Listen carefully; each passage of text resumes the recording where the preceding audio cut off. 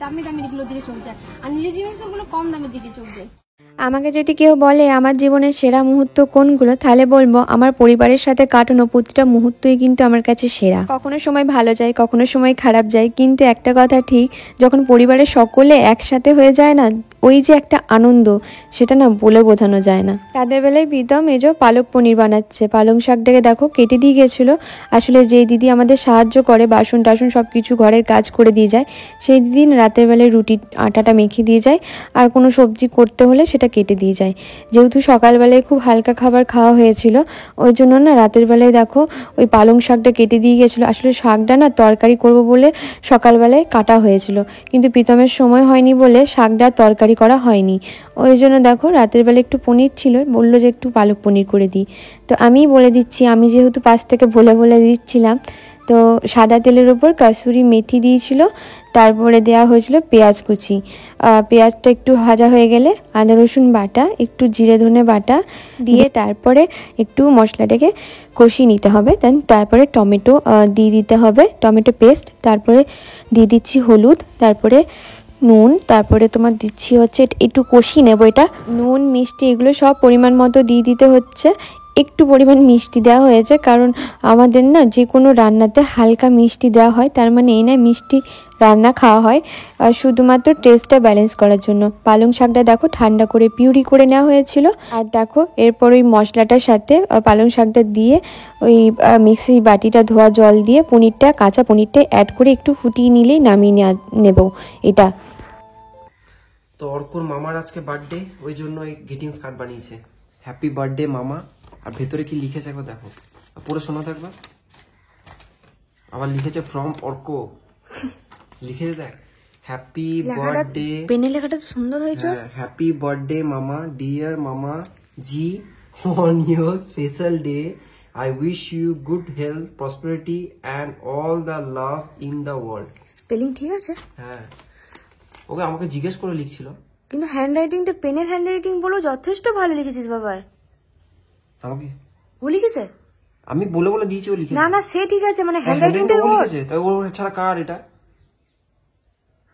ভালো লিখেছিস তো। আর এই যে পিছনে ড্রয়িং, এটা কি ড্রয়িং মানা? ও ড্রয়িং ওকে ভর্তি করতে হবে। ড্রয়িং এ ভালো কোনো টিচার পাচ্ছি না এখানে, ড্রয়িং এ ভালো কোনো এখানে ইয়ে নেই, দেখছি। না খুব সুন্দর হয়েছে তো। এটা কি মামার জন্য গিফট? হ্যাঁ। অল্প সব ঠিক আছে, কিন্তু ও না মানে দিনে দিনে একটু বদমাশ হয়ে যাচ্ছে। বাকি সব ওর মধ্যে বাচ্চা মানুষ হবে একটু বদমাশ। সেটাও ঠিক, ও খেলতে কাউকে পায় না, এই হয় না, সেটার জন্য একা থাকে। আমি ওর সঙ্গে খেলতে পারি না, মাঝে মাঝে আমি ওকে বকে দিই একটু করে, ও তখন ইয়ে হয়ে যায়, ও রেগে যায়। তাছাড়া ওর মধ্যে সব ঠিক আছে, গুড বয়। আর আগের দিনকে নার্সারি থেকে এই গাছটা নিয়ে আসা হয়েছিল, মনে পড়ছে? হাজারি গোলাপ বলে ওই গোলাপ গাছটা, এইটাতে আজকে রিপটিং করা হচ্ছে। তো প্রথমে মাটি দিয়ে দেওয়া হচ্ছে, তারপরে একটুখানি সার দিয়ে দেওয়া হবে। আর এখানে না মাটিটা ডেলা হয়ে গেছিলো সম্পূর্ণ, তো প্রীতম হাতে করেই ভেঙে নিচ্ছে। আর এই যে মায়ের পাঠানো সার, মা এটা বাড়িতেই বানিয়েছিল। আসলে মা বাবা দুজনেই না ভীষণ গাছ লাগাতে ভালোবাসে, আর এই জিনিসটা আমি আমার বাবা মায়ের কাছ থেকেই শিখেছি। তো ওই জন্য দেখো মানে গাছের প্রতি একটু মানে বেশি মানে বলতে পারো একটু টান আছে। তো এখানে ওই গাছের সব কিছু দিয়ে, সবজির খোসা টোসা সব কিছু দিয়ে একটা সার বানানো হয়, সেই সারটা বানিয়েছে। আর গাছ বলতে সে বললাম তোমাদেরকে, শিলিগুড়ি থেকে ওই দুটো লঙ্কার গাছ, আর আগে কটা গাছ ছিল, মা ওইদিকে কারি পাতার গাছটা দিয়ে পাঠিয়েছে। আর এই গোলাপ গাছটা নিয়ে এসেছি। আমার না মানে এই শীতকালে কটা চন্দ্রমল্লিকার ভ্যারাইটি রাখার খুব ইচ্ছা আছে।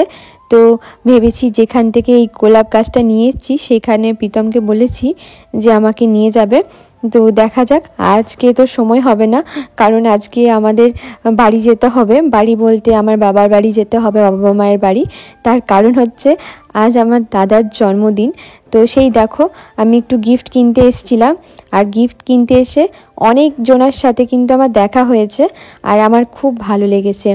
আমার দাদা একটু পারফিউম এগুলো পছন্দ করে, তো ভাবছিলাম প্রথমে পারফিউম দেব, তারপরে দেখলাম মানে মনের মতো হচ্ছিল না, জানো তো। আমার না মানে আমি বরাবরই, আমার মনে আছে দাদার প্রথম বার্থডে সেলিব্রেশন আমিই করেছিলাম।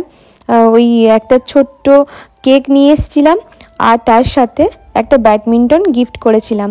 তারপর থেকে বাবা আর দাদার বার্থডেগুলো আমি সেলিব্রেট করতাম, আর বেশ ভালো লাগে এসব করতে।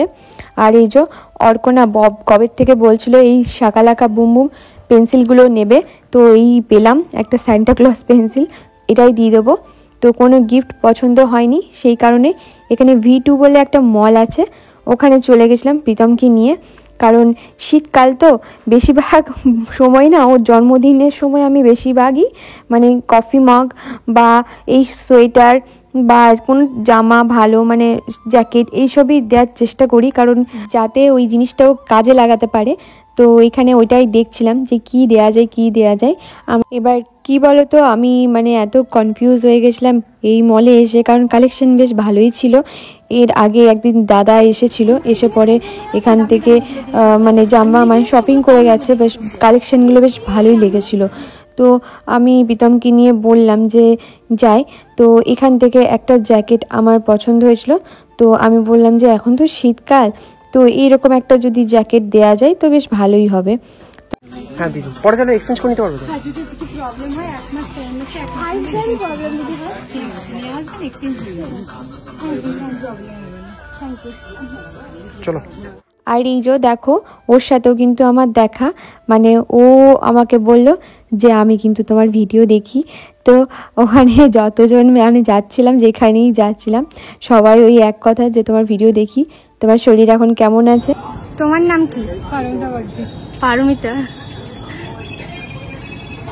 তবে হ্যাঁ, আমি যতবার শিলিগুড়িতেও বেরিয়েছি বা দুর্গাপুরেও বেরিয়েছি, যতবারই বেরিয়েছি ততবারই কিন্তু কারোর না কারোর সাথে দেখা হয়েছে।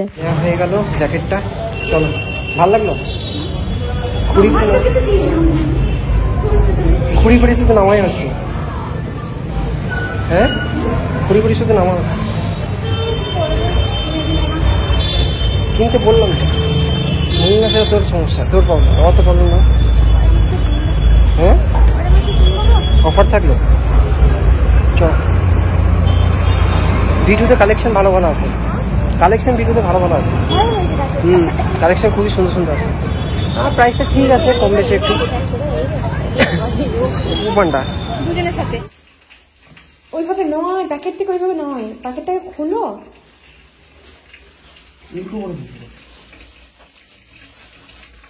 তো ওই গিফট কিনে অর্ককে মামার বাড়িতে দিয়ে এসেছি। আর আমি একটুখানি দেখো এই মাছ মানে নিয়ে আসা হয়েছিল, তো সেটাই একটা বালতির মধ্যে জল দিয়ে রেখে দেওয়া হবে। যেগুলো বেঁচে আছে আর যেগুলো মরে গেছে সেগুলো কেটে বেছে ওগুলো করে দেওয়া হবে। আসলে মানে এই মাছটা না শুনেছি খুব ভালো খাওয়া, শিঙি মাছও খুব ভালো খাওয়া। টুকিটাকি আমার না এই ছোট মাছ খেতে খুবই ভালো লাগে বলতে পারো। তো সবার সাথে দেখা হয়ে আমারও খুব ভালো লাগছে। তোমাদের সাথে তোমরা বলছো আমার সাথে দেখা করে যেমন তোমাদের ভালো লাগছে, তোমাদের সাথে দেখা হয়েও আমার বেশ ভালো লাগছে, জানো তো, মানে মনটা ভালো লাগে, ফ্রি লাগে। আর এই যে দেখো, এটা মাছটা ছেড়ে দিয়ে এবার বাড়ি চলে যাব। আর প্রায় অনেক দিন হয়ে গেল মায়ের চোখের অপারেশন করা হয়েছে, এই যে মা শুয়ে আছে এখন। আজকে আমার দাদার জন্মদিন, সেই উপলক্ষে আজকে আমাদের বাড়িতে ছোট্ট করে একটা ছোট্ট করে একটু খাওয়া দাওয়া হবে। তো আমাদের মোটামুটি বেশি না, 250-500 জনের মতো আয়োজন হবে। বৃষ্টি রান্না করবে